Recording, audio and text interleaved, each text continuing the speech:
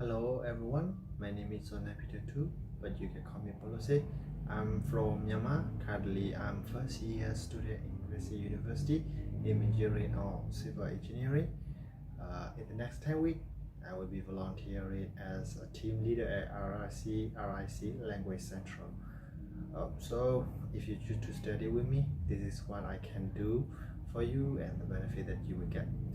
First, I will be assist you with the lesson that you don't understand and clarify the information that you find it difficult or you don't understand.